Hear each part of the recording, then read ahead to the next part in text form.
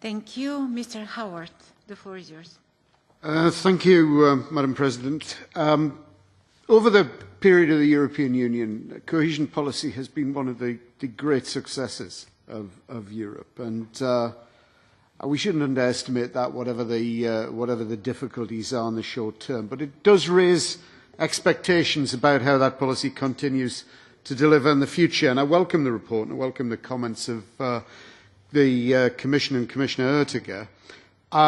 One particular point that he raised, I believe, does have significant relevance to the future, and that is how the wealthy regions of the European Union are engaged with cohesion policy and contribute, first of all, on two levels.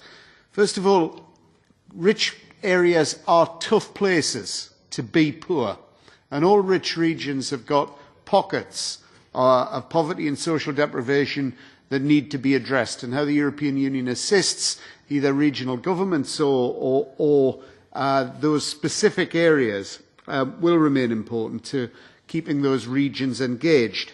But also those regions need to be engaged because they can contribute on a wider level to building the kind of cohesion networks that enable less affluent regions to develop their commerce and to trade with effectively with the rich areas of the Union.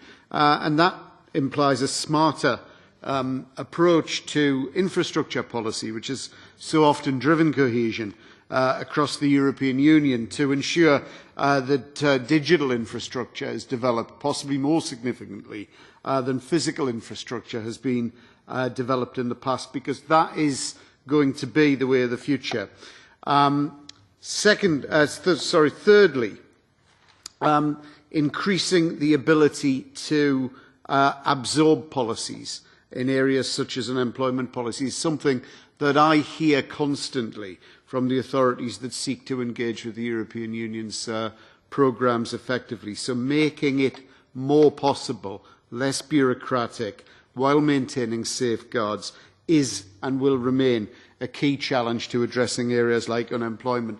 And fourthly, as a member of the Budget Committee who sat at 4 o'clock on Saturday morning with Commissioner Oettinger trying to reach a compromise, the future is undoubtedly going to be difficult. And smarter financing is going to undoubtedly become a part of this. And anyone who believes, and it's possibly a negative point to end on, but it's a challenge not to be underestimated, that simply by looking for more taxation and more resources we're going to deliver an effective future to cohesion policy is labouring under some kind of illusion.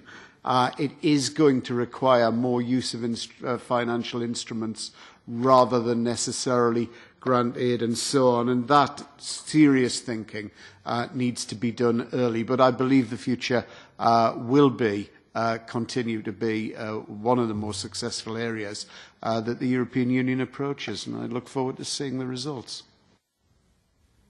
Thank you very